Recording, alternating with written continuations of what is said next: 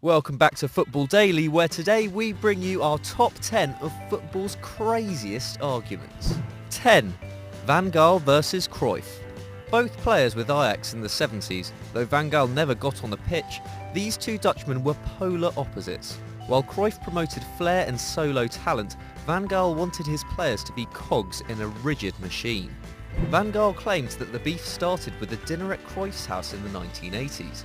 Along with Ronald Koeman, who he would also grow to hate, LVG had been invited to spend the evening with the greatest of Dutch masters. But during the meal he received a call telling him his sister had died. Van Gaal understandably ran out, but Cruyff was irritated that there had been no goodbye and no thank you for his hospitality. Cruyff denied this, saying Van Gaal must have Alzheimer's, and when LVG took the Barcelona job, he became his harshest critic. As recently as 2011, he tried to block Van Gaal's appointment as technical director at Ajax, voicing his hatred for the man in the press and taking the club to court. The judge sided with Cruyff, and Van Gaal spent a year out of work. 9. Adebayor versus Bentner. Of all the people to lecture someone on respect, Emmanuel Adebayor is not the most obvious candidate. But in 2008, the Togolese forward was a leading light in a strong Arsenal team and decided to teach 20-year-old strike partner Nicklas Bentner some manners. According to Adebayor, trainers were banned from the Arsenal dressing room, but the Dane would ignore the rules every single day. Adebayor thought this showed a lack of respect for the club and told Bentner to take them off. But the youngster refused, and Wenger reportedly had to step in to break up the argument.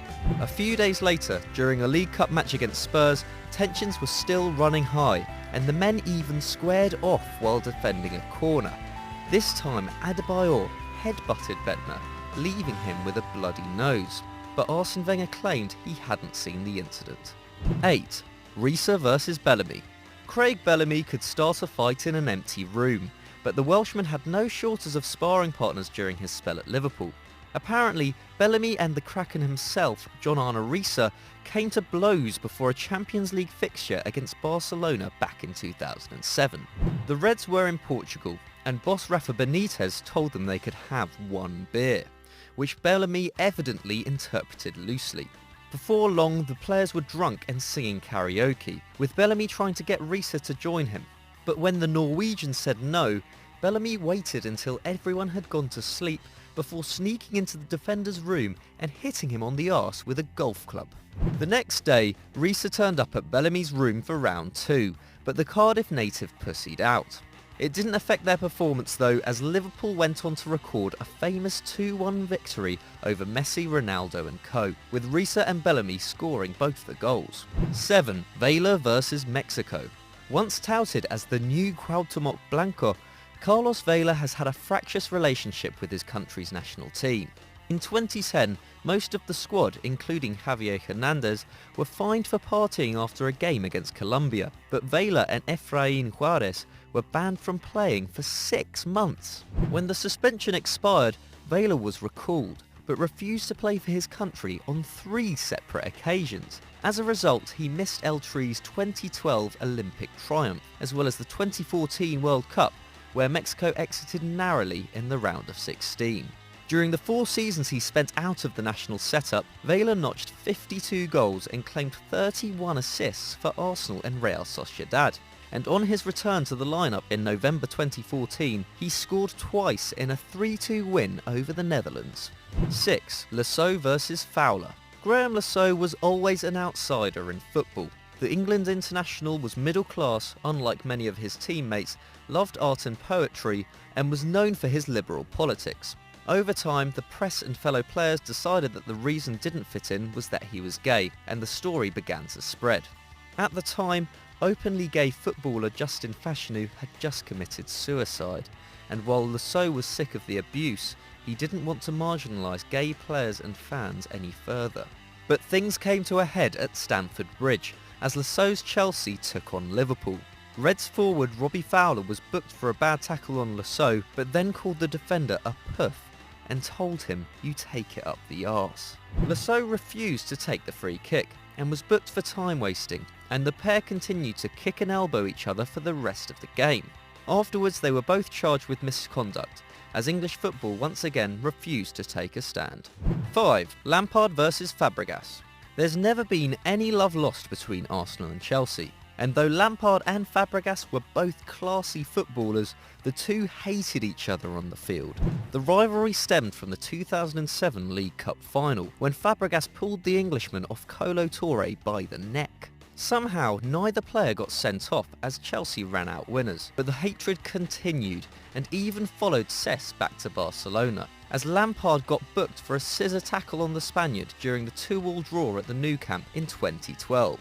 Fabregas finally joined the Blues in 2014, the same summer that Lampard left England for New York, and the former England midfielder finally decided to end the feud, though he couldn't resist one final challenge, saying, "I'd hate to put the pressure on him, what I've done at Chelsea will never change." 4. Mandzukic versus De Rossi. Mario Mandzukic and Daniel De Rossi are throwback footballers, two tough guys who love the physical side of the game. The Italian even has a tattoo of a hazard sign with someone slide tackling on it, and the men have more than 200 career yellow cards between them. So it came as no surprise when they clashed during Roma's visit to Juventus in January 2016. The Bianconeri were 1-0 up thanks to a Paulo Dybala strike, and De Rossi and Mandzukic were engaged in a running battle during the match, culminating in De Rossi referring to the striker's Croatian heritage and saying, "Shut up, you gypsy piece of shit." While De Rossi did issue a sort of apology afterwards, Roma coach Luciano Spalletti refused to criticise his player, only saying that the midfielder should have covered his mouth. The Italian FA subsequently took no further action. 3. Venables versus Sugar. The twin saviours of Tottenham Hotspur, business mogul Alan Sugar and manager Terry Venables, put up £3 million each in 1991 to save Spurs from bankruptcy. It was meant to be the perfect marriage. Sugar handling the business, Venables in charge of the football.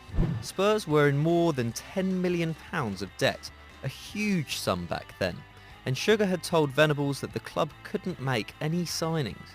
But while the businessman was away on holiday, Venables paid nearly £3 million for striker Gordon Jury, and Sugar lost his shit. He offered the coach his investment back, but Venables decided to take it to the board, confident his popularity would save his job.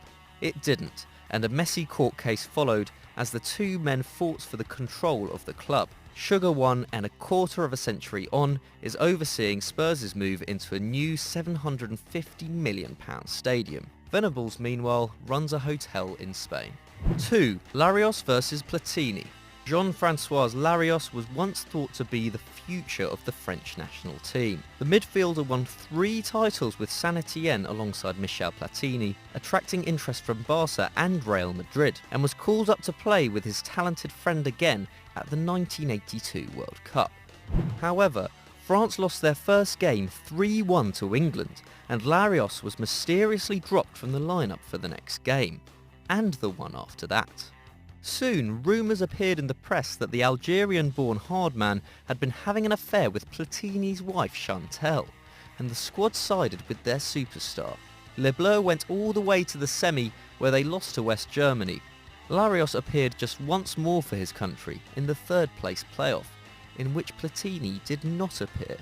It seemed that the eventual 3-time Ballon d'Or winner had asked national coach Michel Hidalgo to drop Larios, but the manager later revealed that the disgraced player had withdrawn himself from the team. "He handled the situation well," said Hidalgo. "His decision made things easier for me, but you can't say bravo to him for what he had done before that." 1. Pelé versus Maradona. Pelé's last season as a professional was Maradona's first, 1976 to 77.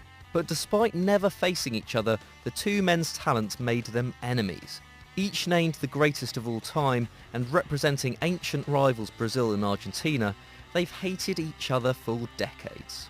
While Pelé has pointed to his 3 World Cups versus Maradona's 1, and his incredible but probably unrealistic goal record, Maradona has made homophobic jokes about Pelé losing his virginity to a man. Meanwhile, the Brazilian has used his squeaky clean image to his advantage. In 2000, FIFA held a poll to determine the greatest player of all time, and when Maradona went ahead, Sepp Blatter rigged the votes to give Pelé victory, worrying that El Diego's love of cocaine and bad behaviour would be too controversial. Maradona went mental, saying, "I won't share the award with anyone," while Pelé said, "He must be in love with me." It seems that this rivalry will always bring out the ugly side in these two stars of the beautiful game. So we hope you enjoyed that, and if you want to check out more of our videos, then click here on screen. Don't forget to like and subscribe and get on our Snapchat and our Twitter.